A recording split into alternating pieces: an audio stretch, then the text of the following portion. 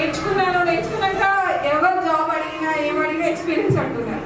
ఎవరైనా ఎక్కడి నుంచి వస్తారు ఎక్స్పీరియన్స్? బ్యూటిషియన్ ఫీల్డ్లోకి వెళ్ళిపోయాను, ఎక్స్పీరియన్స్ ఎక్కడ రావాలి, ఎవరు ఇవ్వాలి?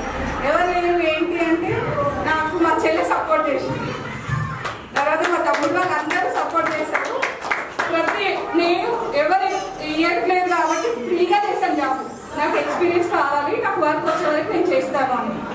సరే అన్నారు. 4 months సింగిల్ రూపీ లేకుండా నేను ట్రాన్స్పోర్ట్ పెట్టుకొని చిన్న పిల్లలు నాకు నర్సరీ బాబు, LKG పాప అప్పుడు స్టార్ట్ చేశాను నేను.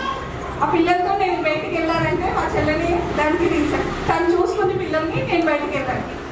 చాలా కష్టపడ్డాము, అందరికీ ఉంటేలేదు కానీ ఎక్కడ గివప్ చేయలేదు. ఆ ఫీల్డ్లోకి వచ్చినప్పుడు ప్రతి ఒక్కరు నాకు ఒక్కొక్కరు అన్నారు ఏంటి ఇప్పుడు ప్రొఫెషన్ చాలా ఉంది, బ్యూటిషియన్ కానీ మేకప్ కానీ చాలా, అంటే సాఫ్ట్వేర్ జాబ్ వాళ్ళు కూడా ఫీల్డ్కి వస్తున్నారు. అప్పుడు ఎంత మంచి పొజిషన్లో ఉండి అది నేర్చుకున్నా మంగళంలో పట్టుకుంటున్నావా అన్నారు చాలా మంది. అని నేను ఆగిపోయింటే నేను యావరేజ్ స్టూడెంట్స్ లానే ఉండేదాన్ని.